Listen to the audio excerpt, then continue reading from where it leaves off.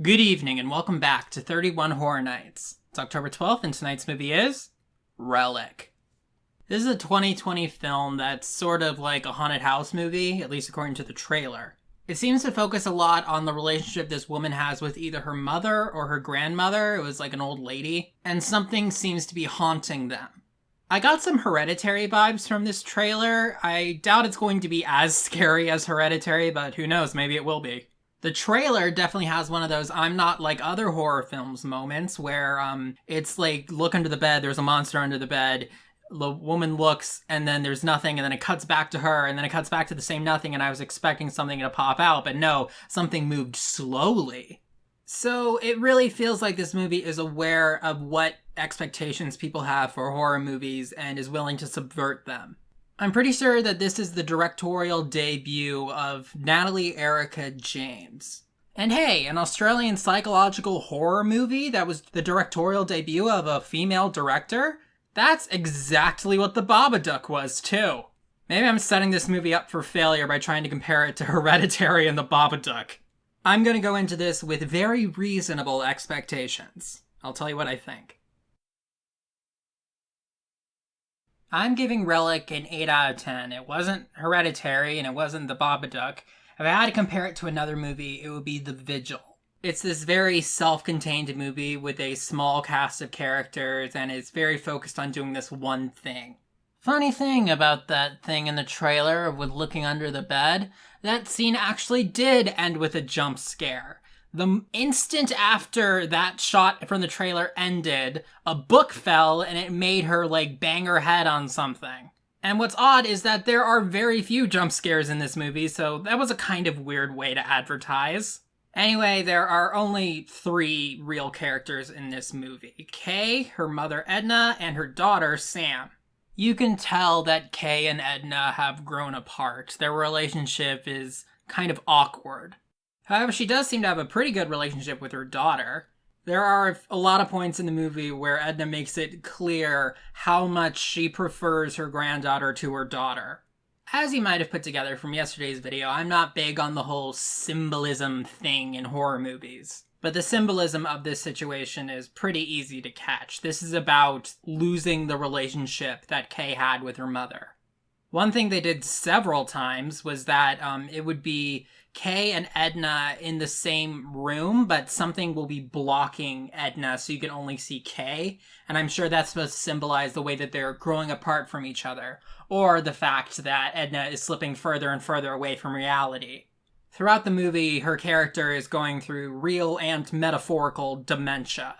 One criticism I would have for this movie is that there's a lot of really dark shots. It's not sinister too dark, but it gets pretty dark sometimes. But overall, I would say that the movie accomplished almost everything it set out to do. It just didn't exactly set its sights that high. Once again, it's a lot like The Vigil in that regard. Obviously, both The Babadook and Hereditary are much better examples of a horror movie about the deterioration of familial relationships, but then again, it's kind of hard to be as good as those 2 movies were. If nothing else, it does show that this director has some promise, because this was a really good start to her career. If she has one, and I hope she does. It wasn't great, but I don't think it was trying to be great in the way something like Hereditary was. It was good, though. And now let's talk about some spoilers. It's never really stated why this movie is called Relic. I don't remember them even saying that word once.